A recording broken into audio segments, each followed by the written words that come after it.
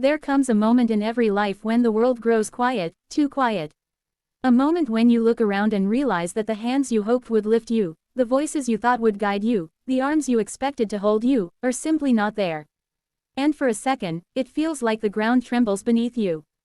But if you stay with that silence just a little longer, something extraordinary begins to happen. You hear your own voice, clear, steady, and wiser than you remember.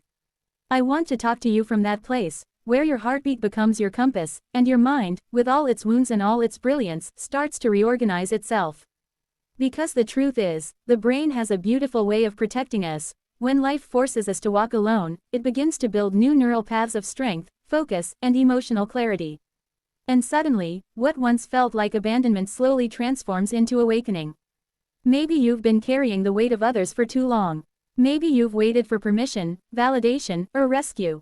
Maybe you've convinced yourself that you can't move forward without someone walking beside you.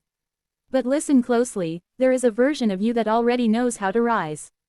A version that doesn't beg for approval or cling to promises that never arrive. A version that chooses to step forward even when no one is clapping. And today, I want you to feel that version of yourself.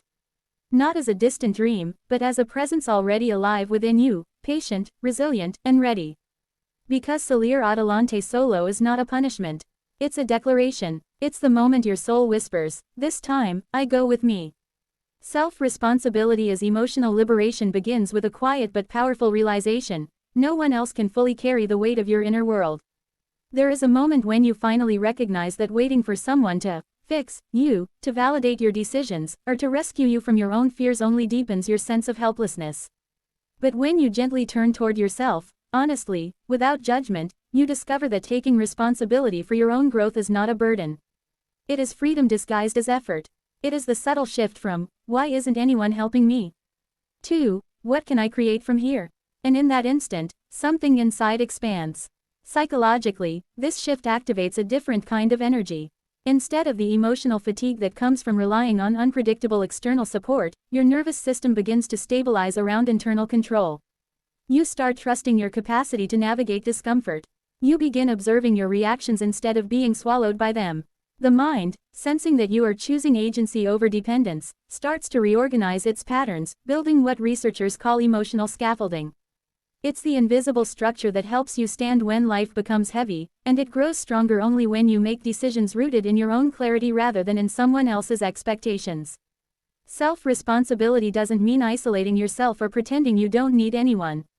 It means accepting that the direction of your life, the healing of your wounds, and the shape of your future belong to you first. Others can walk with you, support you, inspire you, but they cannot live inside your thoughts, rewrite your beliefs, or silence your fears. Only you have the power to do that. And when you accept it, a deep emotional liberation begins. You stop negotiating your worth.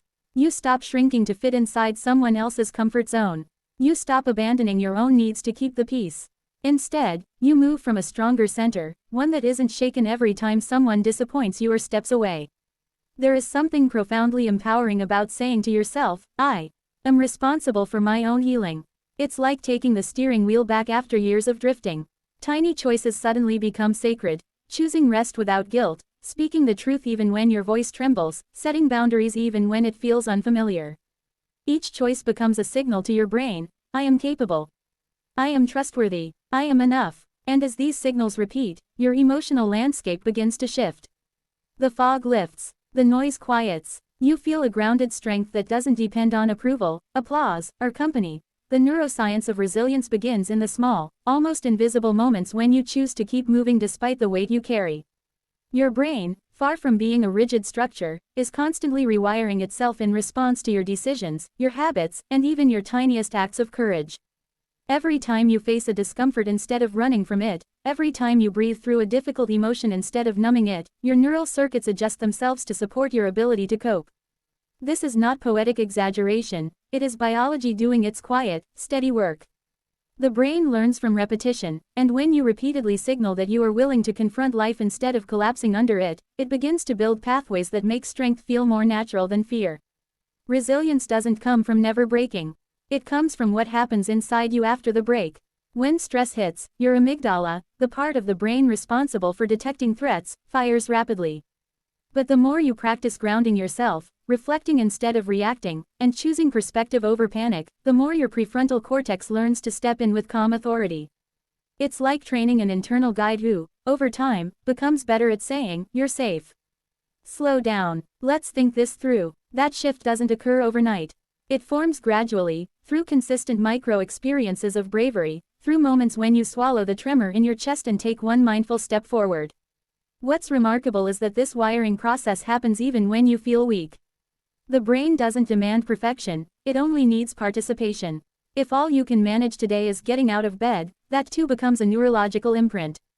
If all you can do is breathe through a moment of sadness without shutting down, that breath becomes data for your nervous system, teaching it that you can survive discomfort.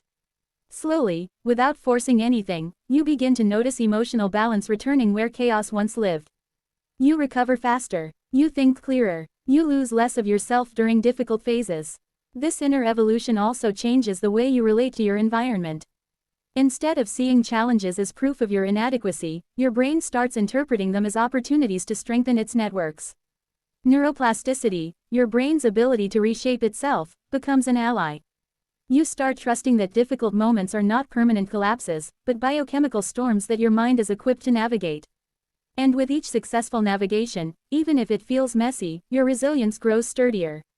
The brain becomes a place where courage feels more familiar than avoidance, where doubt still exists but no longer dictates your direction, and where moving forward alone becomes less of a terrifying leap and more of an instinct your body has learned to support. Healthy detachment begins with recognizing the difference between loving someone and depending on them for your emotional survival. Many people confuse closeness with fusion, believing that if they don't cling tightly enough, the relationship will slip away. But emotional dependence doesn't create connection, it slowly erodes your identity.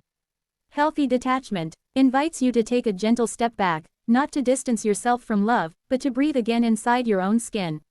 It's the moment you realize you can care deeply for someone without surrendering the steering wheel of your life. You can stay connected without collapsing your boundaries, without silencing your needs, and without turning someone else into the source of your stability. In psychology, this shift is a profound one. When you are emotionally dependent, your nervous system becomes hyper-attuned to every change in someone else's tone, behavior, or attention. Their approval becomes your oxygen, and their disapproval feels like suffocation. But when you practice healthy detachment, your brain starts recalibrating its emotional reactions. Instead of panicking when someone pulls away, you learn to regulate your own internal state. Instead of overthinking every silence or imagining worst-case scenarios, you begin trusting your own inner anchor. This doesn't make you cold or indifferent, it makes you balanced. You stop bending yourself into shapes that exhaust you in order to keep someone close. You stop performing emotional gymnastics to avoid being left behind. Healthy detachment is also about reclaiming your energy. It's about recognizing when you are giving more than you truly have, when you're trying to fix problems that don't belong to you, or when you're holding on to relationships out of fear rather than genuine choice. As you detach, you begin to observe your feelings instead of drowning in them. You notice patterns that used to operate blindly in you, patterns of pleasing, rescuing, clinging, or staying silent. And in each moment of awareness, a new pathway opens in your mind, one that wasn't available when you were emotionally entangled. It's a pathway that whispers, you can love without losing yourself. This kind of detachment doesn't diminish connection, it purifies it. When you no longer expect someone to carry the weight of your self-worth, you free both of you from an invisible burden. Relationships become lighter, more genuine, and more respectful. You show up because you choose to, not because you fear what will happen if you don't. And slowly, you feel the quiet power of standing on your own emotional ground, steady, whole, and unafraid of the space between you and others. Silent courage is the kind of strength that rarely makes noise, yet it transforms a life from the inside out. It appears in those fragile, private moments when no one is watching, when you wipe your own tears, when you steady your breathing before making a difficult decision, when you choose to keep going even though every part of you aches for someone to tell you that you're doing the right thing. This courage doesn't arrive with fireworks or applause. It often feels like a trembling whisper that barely reaches your own ears, but it carries a truth powerful enough to shift the direction of your entire future. It's the part of you that refuses to collapse completely, even when everything around you feels overwhelming. Psychologically, silent courage shows up as micro acts of self-leadership. You may not label them as bravery, but your brain does. When you confront a fear, take responsibility for a mistake, or choose patience over impulsivity, your nervous system receives a signal. You're capable of responding, not just reacting. Each time you push through discomfort, even in the smallest way, your prefrontal cortex, responsible for reasoning and emotional regulation, activates to support you. Over time, these repeated signals strengthen your internal pathways for resilience, making it easier to face challenges without crumbling. What once felt unbearable slowly becomes manageable, not because life gets easier, but because your inner system becomes more stable. Silent courage is also present in the decisions you make when your heart is tired. When you walk away from something that hurts, even though part of you wishes it could work. When you say no, despite the fear of disappointing someone. When you stop chasing people who treat your presence like an option. These are quiet battles that don't leave visible scars, yet they shape you more than the loudest victories. They teach you the difference between giving up and letting go, between staying strong and staying stuck. Most importantly, they reconnect you to your own authority, the inner knowledge that your life answers to you first. There is a unique kind of solitude in silent courage. Not loneliness, but a sacred privacy where your strength is born. In that space, you learn to trust yourself again. You learn that you don't need to announce your battles or justify your healing. You learn that your worth isn't measured by how loudly you fight, but by how consistently you choose yourself, step after step, breath after breath. And little by little, the whisper inside you grows steadier. It stops sounding like fear and starts sounding like truth, the truth that you can rise, even without witnesses, and that sometimes the quietest decisions are the ones that change your life the most. Rebuilding identity begins in those moments when life interrupts the version of yourself you thought you were. A breakup, a failure, an unexpected loss, or even the slow erosion of your confidence can make you feel as if you no longer recognize the person in the mirror. And while that feeling is frightening, it also holds a quiet invitation to rediscover who you are when the roles, the labels, and the expectations fall away. When you stop trying to meet an old standard and instead listen for what your heart is asking you to become. It's the gentle but profound shift from, who was I supposed to be? To, who am I now, and who do I want to be next? From a psychological perspective, identity is not a single, fixed structure. It's a living process shaped by your experiences, your beliefs, and the stories you tell yourself about your worth and your place in the world.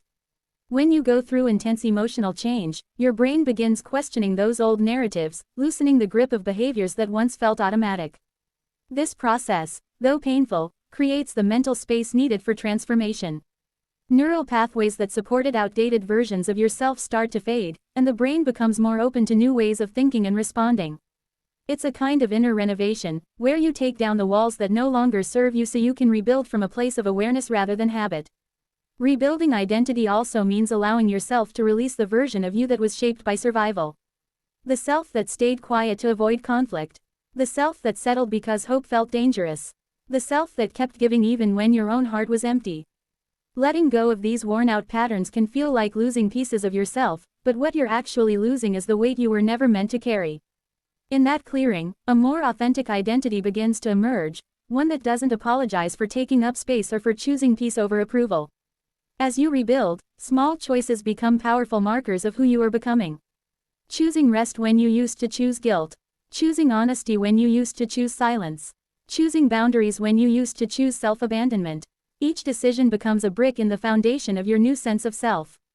And even though the process feels slow, every step writes a new chapter in the story your brain stores about your worth, your strength, and your potential. Over time, the person who once felt lost begins to feel grounded again. You start to sense your own edges, your preferences, your values. You begin to trust the voice inside you that was drowned out for too long. And gradually, you realize that your identity isn't something you find, it's something you create with every choice that honors the person you're becoming.